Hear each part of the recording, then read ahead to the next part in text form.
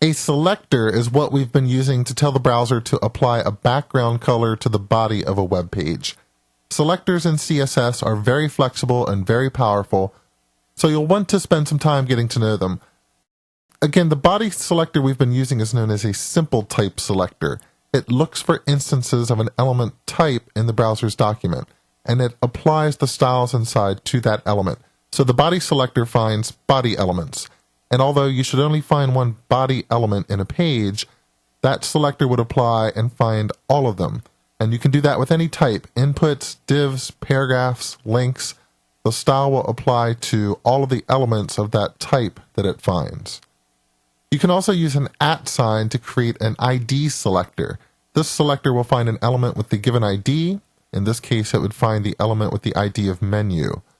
A third selector is the class selector. The class selector allows you to identify elements with a matching class attribute. In this last example, we want to italicize the text in any element that has a class equals book title attribute. The easiest way to understand selectors is to try them out with some HTML, a style sheet, and a browser. I've changed the sample HTML around just a little bit to include some additional elements. So now we have a couple heading tags, a div tag, a paragraph tag, and also a paragraph inside of a div. And we're still applying a very basic style sheet that says find the body and set the background color to $CCCC99. But what if we change the style sheet and said, I just want to set the background color on H1 elements. Let me save that and refresh the browser, and you can see that we set the background color just on that H1 tag. Now you can stack up multiple selectors for a given rule just by separating them with a comma. Now I'm saying I want to select H1 elements and H2 elements, which means both of those get that background color. Notice there's a little bit of white space between H1 and H2. We're going to come back and talk about that in the third module. Now, through the style sheet, I want to tell the browser to go out and find all the div elements and set the background color to red, green, blue. So these should be all red. And you'll notice that catches both of the div elements. So it captures the div here that's in the middle of the page, and it's also coloring the background of this div, which means the paragraph inside of that div has a red background. Something we'll be talking about in the next module is how style rules are inherited and how they cascade. And we'll see a quick demonstration of that here if I say the paragraph tags should have a background color of, and let's make this red, green, blue, which means if I save this, we should now see two green paragraphs.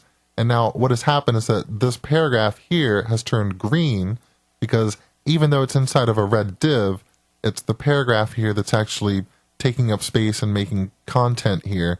It gets the background green because of this last rule, therefore it renders as green on the page.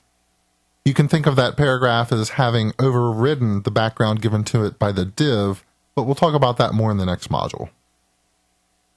Now you will certainly run into scenarios where you do not want to set properties on all the elements of a given type.